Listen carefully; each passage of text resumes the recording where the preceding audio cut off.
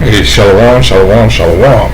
First and foremost, call hello Yahweh, Bahashem Yahushua, Bahashem Rakakwadash, and of course, double honors to the apostles and elders of Great Millstone, alright, who through the Holy Spirit have taught us all this truth, and can continue to do so with great humility. Alright, this is Naaman with the DC camp, and it's one thing we try to tell you Jakes that these churches were not set up with the best intentions for us. All right, you got to remember your enemy brought you over here to serve hardcore slavery. All right, and the only reason we're still not in chains, first and foremost, is Yahweh Shem Yahushua. But the way this devil works, alright, all he did was just change up. Alright. For example, chattel slavery ended with the so-called Emancipation Proclamation. Alright. So what did this devil do? He immediately, because this country was built on free labor. Alright, blood, sweat, and tears of the Israelites. Alright.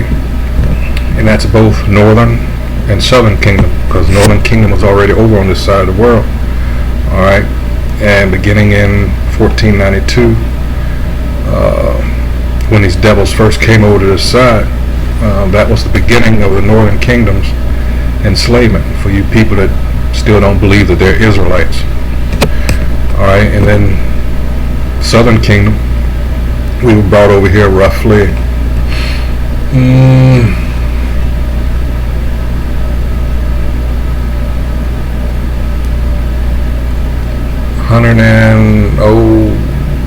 40 something years, I guess.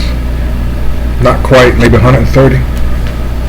Alright, so hey, we're both on this side, again, prophecy being fulfilled. When you go to Jeremiah, let's go there real quick. Alright, this is Babylon the Great, now ancient Babylon. Alright, let's see, which is proof, because the northern kingdom is already over on this side.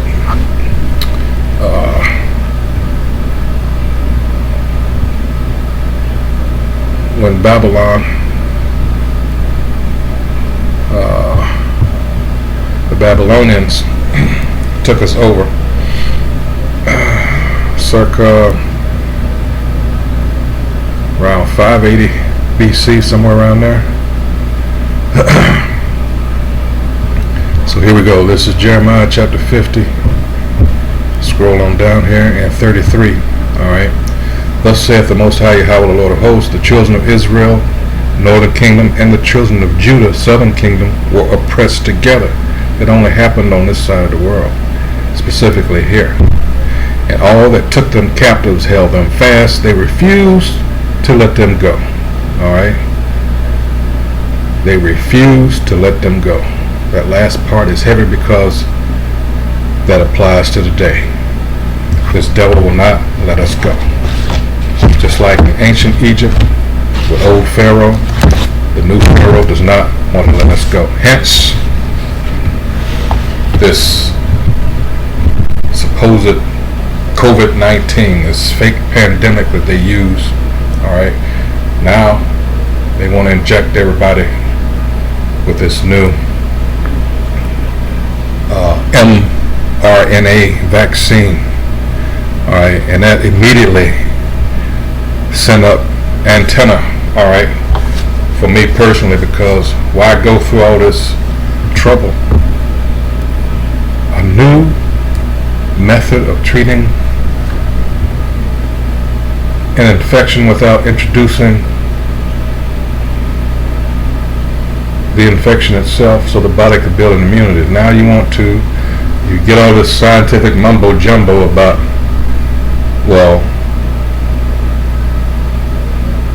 constructing it off of codes and all this stuff. I mean, it just never sounded right.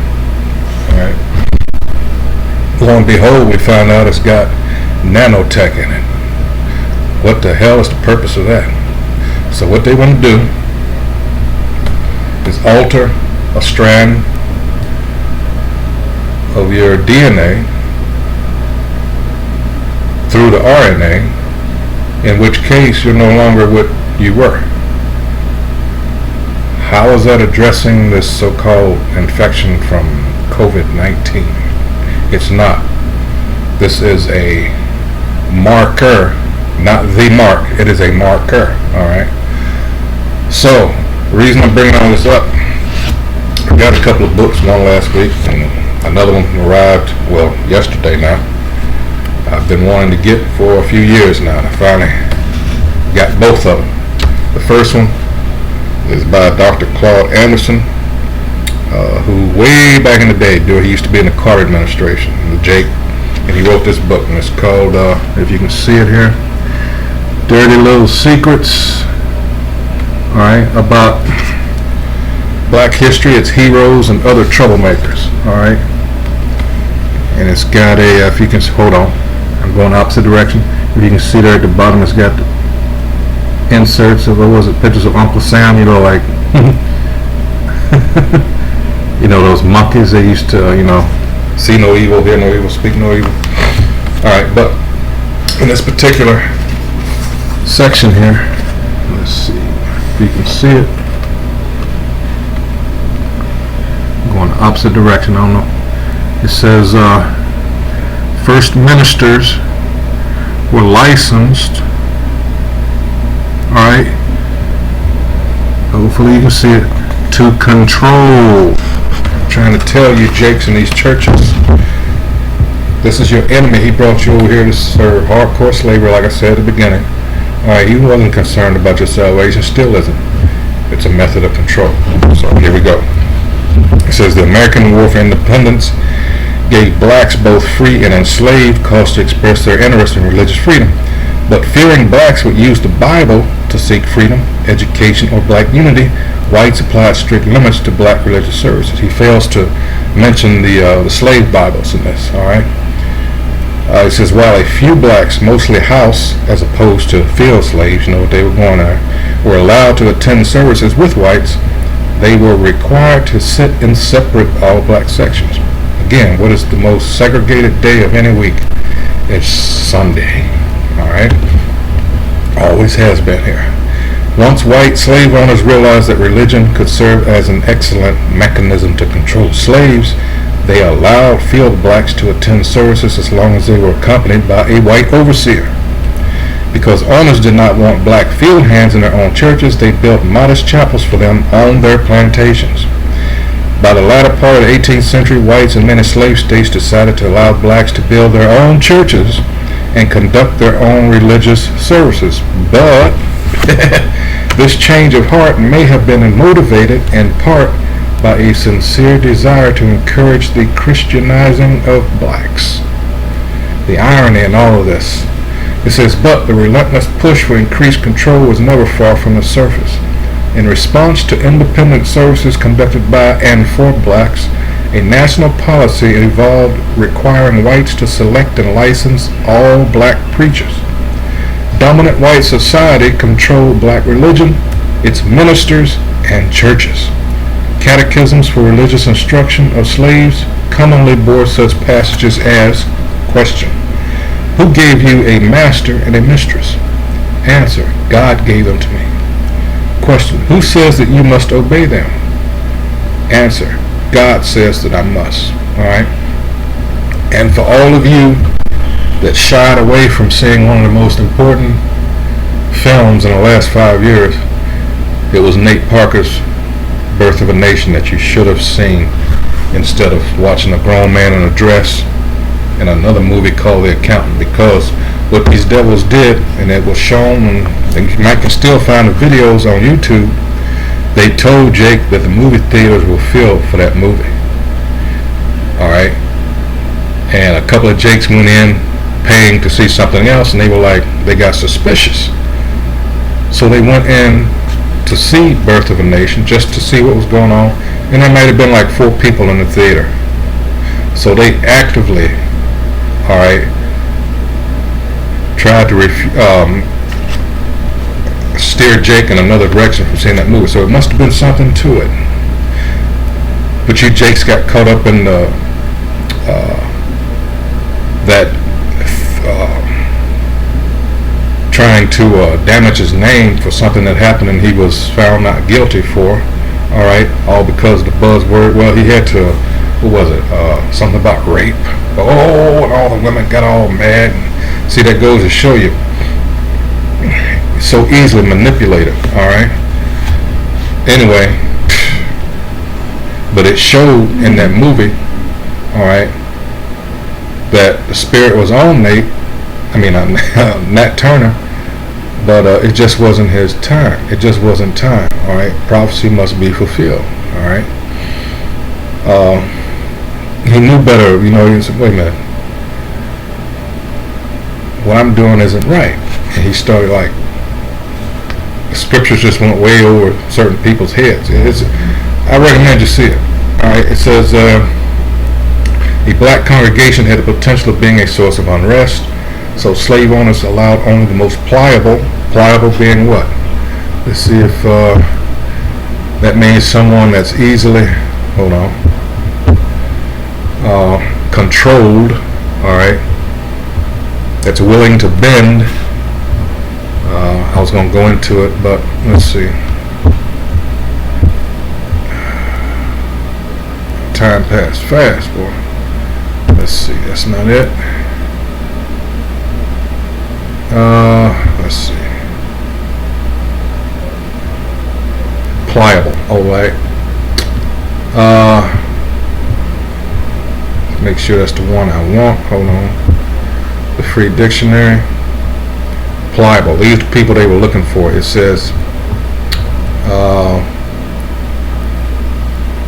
easily influenced, persuaded, or controlled. Those were the people that they were looking for. All right, and there's a reason for it.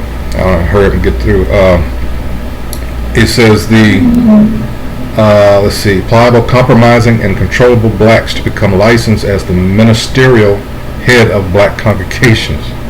The licensed black ministers were expected to encourage their fellow blacks to be meek, obedient, and accepting of whites as masters. In this arrangement, blacks were to remain loyal to whites, and worldly gratification was postponed until after death. The licensed black preachers were supposed to defer to secular authorities on political matters and avoid comments on the injustices blacks suffer. These damn devils, boy.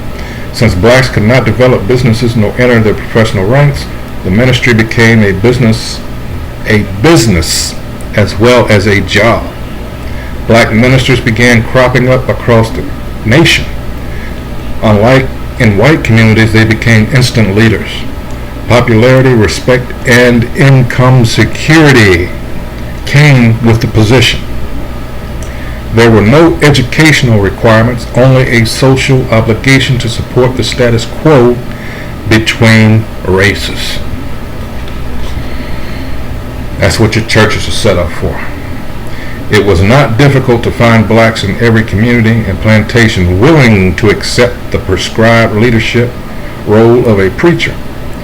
In 1783, for instance, Jesse Peters became one of the first blacks to receive a preaching license.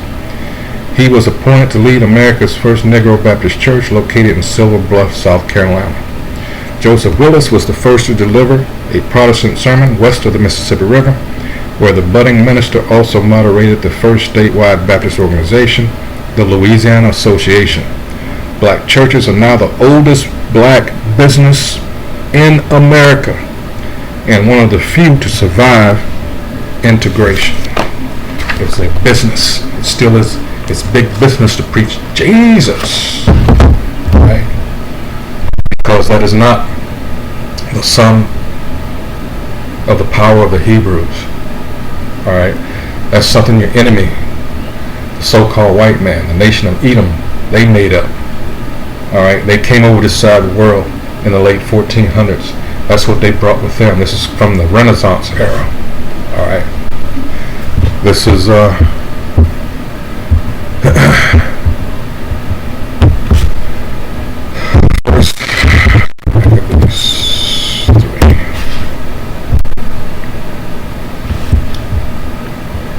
This is First Maccabees chapter 3, verse 48, and it says, and laid open, then laid open the book of the law wherein the heathen had sought to paint the likeness of their images. Alright? Still going, we all grew up, those of it, still to this day, all you see is Edomite images. They had to be the people of the Most High, and the Son of the Most High, and everybody in the Bible are Edomites. Alright? It's BS. Alright? This is, because we keep telling you these things, this is the same thing we're dealing with then and in ancient times. Alright? This is Ecclesiastes chapter 1 verse 9. It says, the thing that hath been, it is that which shall be, and that which is done is that which shall be done, and there is no new thing under the sun. Something else he did, he put the woman in the pulpit. We all know that. No. That's a no. Alright? That is a no. This is Proverbs chapter 8 verse 4. It says, unto you, O man, I call, and my voice is to the sons of man. While we in the vicinity, let's go to Jeremiah. Alright. This is Jeremiah chapter 31 verse 22. It says, how long wilt thou go back, O thou backsliding daughter? For the Most High Yahweh hath created a new thing in the earth. A woman shall compass a man. Alright, mean to go around, go over. Alright, she usurped his authority. Let's go in the New Testament now. Alright, let's go to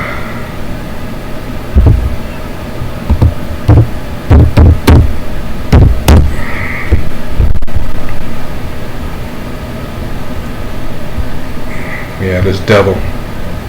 This is 1 Timothy chapter 2. I'm going to start at 9. It says, in like manner also that women adorn themselves in modest apparel. That's out the window. With shamefacedness and sobriety. Nope. Not with broidered hair or gold or pearls or costly array. We know that in Isaiah 3rd chapter. Alright. From 16 on down. Because of their haughtiness, their pride, curse fell on the Judite woman. She can't grow no hair. She's all out of shape, especially now. Okay, it says, but which becometh woman professing godliness with good works. Alright. Let the woman learn in silence with all subjection, but I will suffer not a woman to teach, nor usurp authority over the man, but to be in silence. For Adam was first formed, then Eve, and Adam was not deceived, but the woman being deceived was in the transgression. Alright, I could go to Titus, but for time's sake, this devil, this American Edomite is a special devil. That's all I can say. Let's see what this. I mean, he has. Everybody hates him.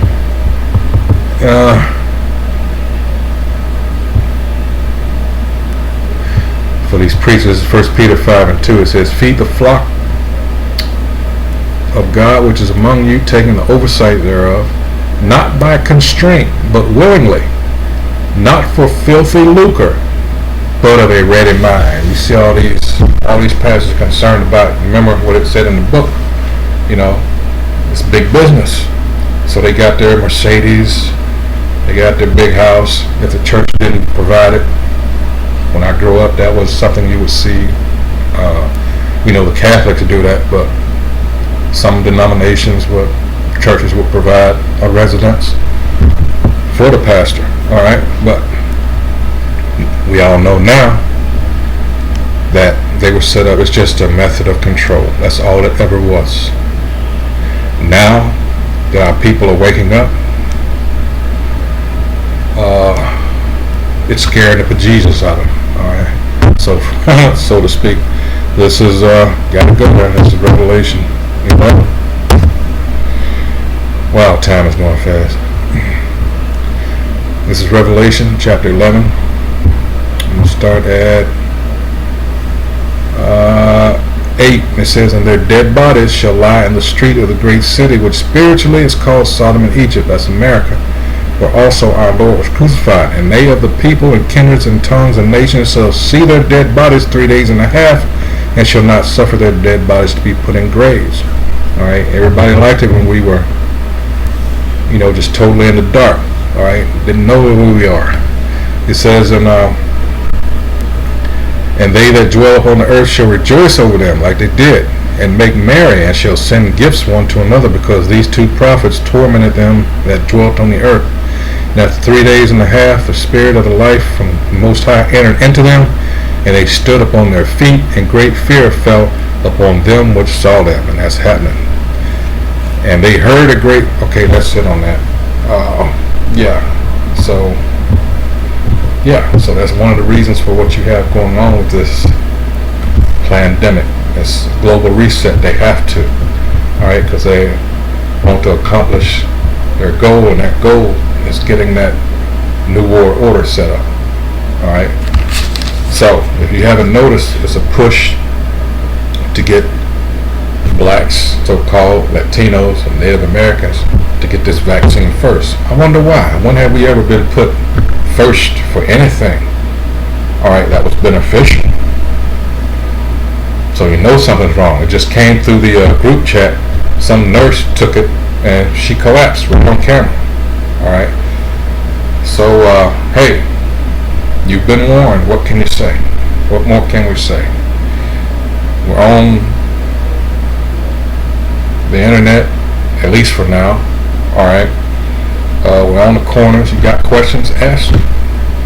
Alright, so for time's sake with that, hopefully whoever views this is edified. After all, that's what we're doing. Still trying to protect the remaining, hopefully elect, alright, of the nation of Israel.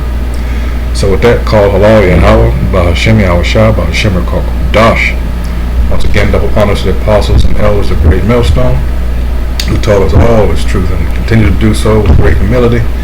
Alright, so with that, shalom.